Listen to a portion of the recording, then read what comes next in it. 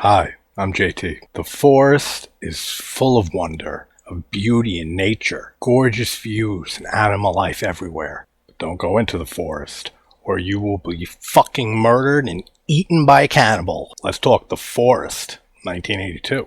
Alright, boils and ghouls, first of all, bear with me. I have some type of bug because I got a fever, but powering through, it's not too bad.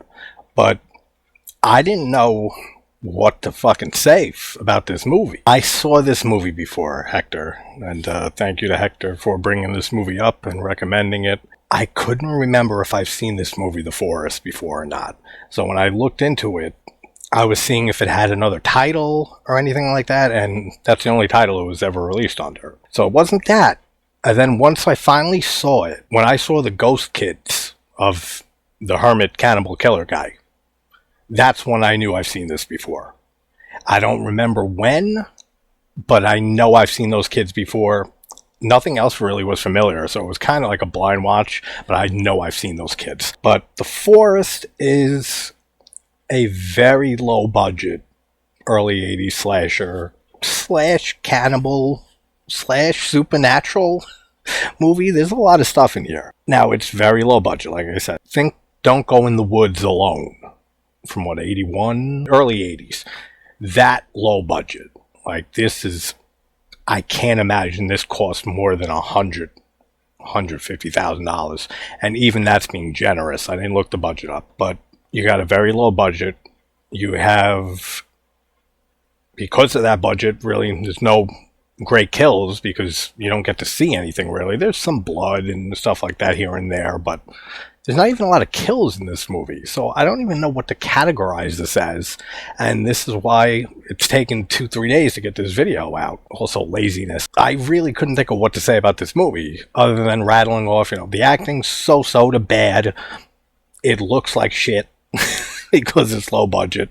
The kills aren't that great, but there's a few things that are charming to it that actually makes it worth a watch. And then that would have been it. Like that that last 30 seconds would have been the review. So I decided to rewatch The Forest since it's been 5-6 days since I saw it. But for people who haven't seen it, it is about this guy who you later find out his wife was fucking everybody in town. I mean, everybody. Repairman, and they degrade repairmen in this movie because she says electrician, plumber, even the repairman or delivery boy or something like that. But she very specifically states it like that's the worst of all. I think it might be delivery boy.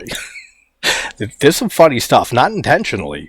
This is a serious movie, but I was laughing a lot with the first watch. So they end up obviously not working out because she's screwing everybody, and he ends up killing her, and for some reason lives out in the woods, in the forest, in a cave, and he turned into a cannibal. None of it makes sense. There's nothing wrong with him except for being deranged, but I mean, if he's so hungry, he didn't have to turn to cannibalism living in a forest. I'm sure there's a Mickey D's up the road or something. I don't know. It's weird. People go into the forest, two couples, and things don't turn out good for most of them. Typical slasher fashion. But like I said, the body count is not high. I think there's there's 2 people who get killed in the beginning, and that's literally just there for 2 more kills. That's the only reason. And then 2 more. Yeah, so there's 4 kills in this movie, and they're all done with a knife. Cool looking knife. That's one positive I'll give it. The knife this guy uses, really cool looking. He slashes and cuts the shit out of people with it. I just wish you could see it. Now, the acting, like I said, is so-so to laughably bad at times, which you wouldn't expect anything less from a slasher movie from the 80s with a budget like this. The characters, they're not bad. They're not lovable or anything like that. I don't remember any of their name. Charlie is one of them, one of the husbands, 2 couples of a husband and wife that go camping, and there's this whole power struggle in the beginning of them, the girls, saying that they're going to go out and camp a week ahead of the guys, and they'll meet them there, and they're making them sound like you're women, you can't do this. There's a lot of random stuff in this movie too. Like I said, cannibal, slasher, supernatural because there's ghost children there too. So the beginning, like I said, these two people go into the woods and they just get killed off. 1, 2, killed. Some blood, not really anything good at all. This is where we're introduced to the idea that there's somebody living in this forest that you should not mess with. I like the score in this movie. The score is actually pretty good. Very synthesize-y. It's a new word. So I like the score in this. It's very good. Alright, so this whole thing is strange. So, like I said, they have like a power struggle, the two husbands and wives, about going camping. And then the one wife is saying to her husband, like, I just have something to prove that, like, we can go out there ourselves as women and do this. Cool. Then the other wife is talking to her husband. She wants him there. So they kiss him goodbye. The wives drive off to this camping spot in the forest. And then the husbands, one just says to the other, I got a bag packed already. We can get on the road in 10 minutes. And they're on the road following them. So why didn't they just take the same car? That makes no sense at all. All right, so one thing I can give this movie is there's some good visual imagery here. Like all the stuff with the ghost kids and the ghost wife. So basically later on we find out through a flashback when the husbands meet the killer. And they don't know he's a killer. And there's a great scene where he's barbecuing the flesh of the guy's wife that he killed. And then he asks them, do you want some? And one guy says, no, I'm good. But the husband of the woman that the cannibal's eating, he says, I'll try a piece. And he eats a piece of his wife and he doesn't have any idea. That's cool. Like, that's a clever little thing there. But before that, they see the ghosts, kids of this killer, this hermit guy, and he gives like a whole flashback of saying that his wife was fucking everybody in town and that he came home and caught her in bed with a guy who doesn't even know what he's there to repair.